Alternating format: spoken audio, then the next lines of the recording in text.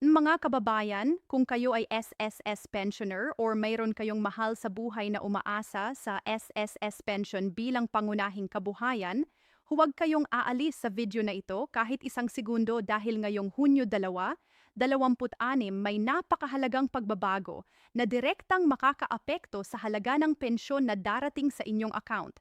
Hindi ito chismis, hindi ito rumor, ito ay opisyal, ito ay kumpirmado. At ang bawat detalye na ibabahagi namin sa inyo ngayon ay kailangan ninyong malaman bago pa man dumating ang araw ng crediting. Kaya manatili kayo dahil sa loob ng susunod na ilang minuto, ipapaliwanag namin sa inyo ng malinaw at simple ang lahat. Ang halaga ng dagdag, kung kailan eksaktong papasok ang pera at ang isang bagay tungkol sa paraan ng pagkukwenta ng increase na hindi alam ng karamihan na kapag naunawaan ninyo, magiging mas malinaw sa inyo kung gaano kalaki talaga ang epekto nito sa inyong buhay sa mga darating na buwan at taon.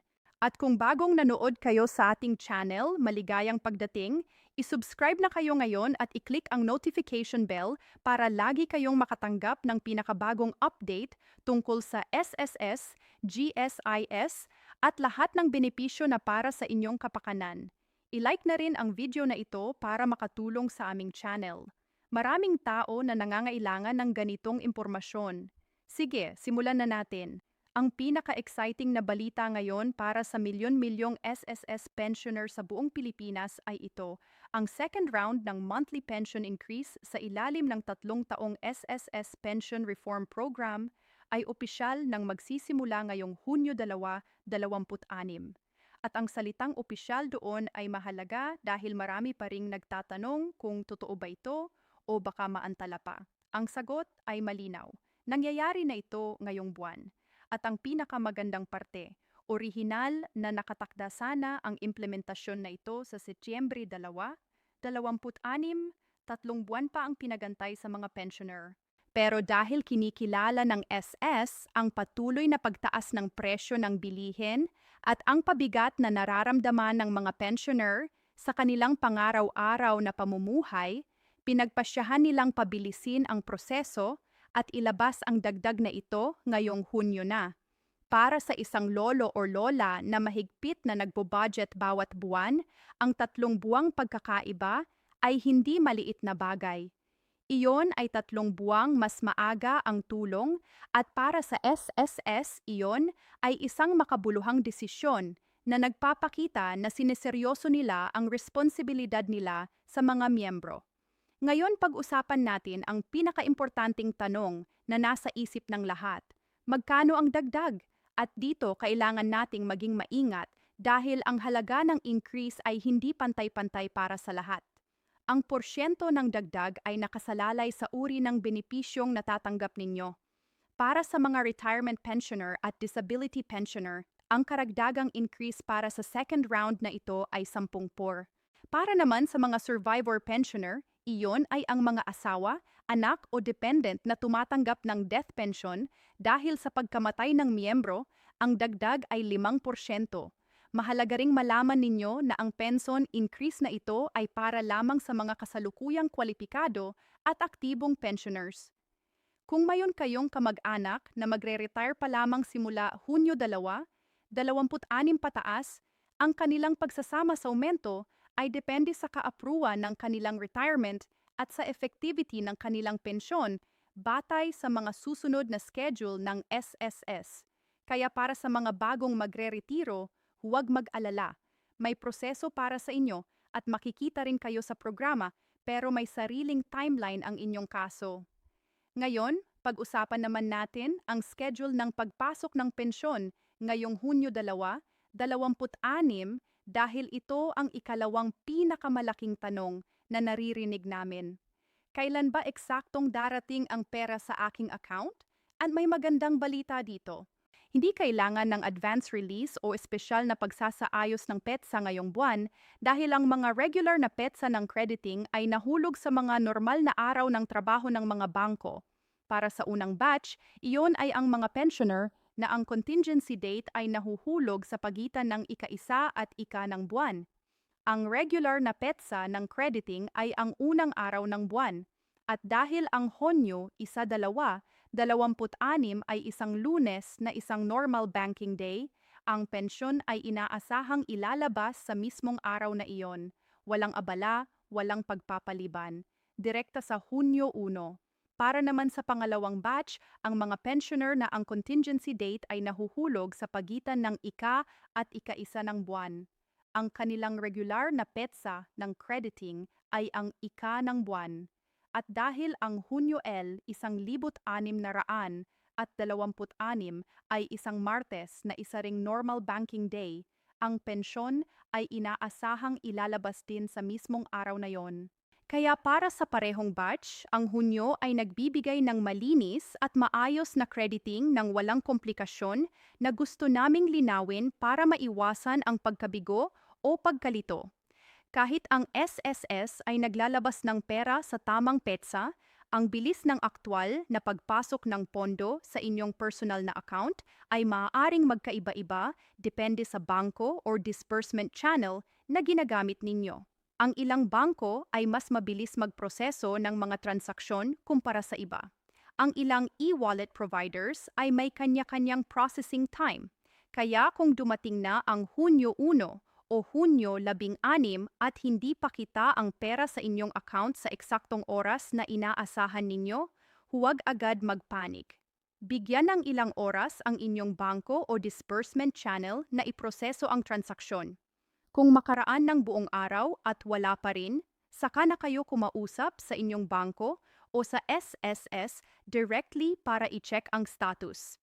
Ngayon, gusto naming ibahagi sa inyo ang isang bagay na para sa amin ay isa sa pinaka-exciting at pinakamakabuluhang aspeto ng buong pension reform program na ito, ang paraan ng pagkukwenta ng increase. Dahil ito ay hindi simpleng patag na kalkulasyon. Ito ay gumagamit ng tinatawag na compounded effect. At kapag naunawaan ninyo ang ibig sabihin nito, magiging mas malinaw kung gaano karami talaga ang epekto nito sa inyong pensyon sa haba ng panahon. Ang compounded effect ay nangangahulugang ang bawat susunod na round ng increase ay hindi ibabase sa inyong orihinal na basic pension. Ibabase ito sa kasalukuyang updated na halaga ng inyong pensyon pagkatapos ng bawat increase. Hayaan ninyong gumamit kami ng malinaw na halimbawa para mas madaling sabihin nating ang isang retirement pensioner ay may basic pension na 3,000 piso noong Agosto 2, 25. Dumating ang first round ng increase noong Setyembre 2, 25. Punang 3 piso ay PH3 kaya naging 3B at 3 ang kanyang buwan ng pensyon matapos ang unang round. Hindi na siya bumalik sa 3,000. Ang 3B at 300 na ang kanyang bagong baseline. Ngayong Hunyo 2, 26 dumating na ang second round. Ang S4 dagdag ay hindi ibabase sa orihinal na 3,000. Ibabase ito sa kasalukuyang 3B at 33. 4 ng 3B3 ay 3 at PH 30. Kaya ang bagong buwan ng pensyon matapos ang second round ay 3,6 na at 30 piso. At sa susunod na huling round ng implementasyon ng program, ang 10 ay ibabase naman sa 3,6 na at. Iyon ay karagdagang 36 at 6. Kaya sa katapusan ng 3 taong programa, ang pensioner na nagsimula sa 3 piso, bongo ay magtatapos na may halos 4,000 bawat buwan. Iyon ay halos 4,000 na dagdag mula sa orihinal na halaga at hindi man lang kinailangan ng pensioner na gumawa ng kahit ano para mangyari iyon. Nangyari ito dahil sa compounding effect ng programa. Para sa mga pensioner na may mas mataas na basic pension, mas malaki rin ang epekto ng compounding. Kung ang isang pensyon na 10,000 bago ang first round, naging 11,000 siya pagkatapos ng first round. Ngayong second round, ang 10 por ng 11,000 ay 1 at 100. Kaya magiging 12, B1 ang pensyon niya pagkatapos ng Hunyo at sa final round ang song por ng at ay PH 2 at 10 piso.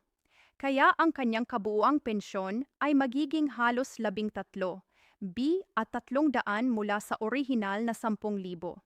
Iyan ang kapangyarihan ng compounding, hindi ito linear na pagtaas. Ito ay accelerating na pagtaas na nagiging mas malaki at mas malaki sa bawat round. Gusto rin naming bigyan kayo ng ilang mahalagang paalala bago matapos ang video na ito dahil ang impormasyon ay hindi sapat kung hindi tayo naghahanda. Una, tiyakin na updated ang inyong disbursement account sa SSS.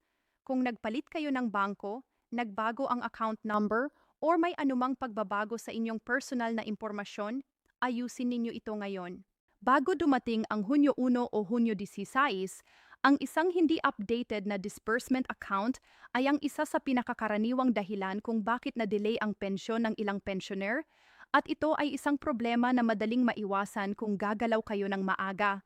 Pangalawa, para sa mga may obligasyon sa Annual Confirmation of Pensioners o ACOP, tiyaking natupad na ninyo ang inyong compliance.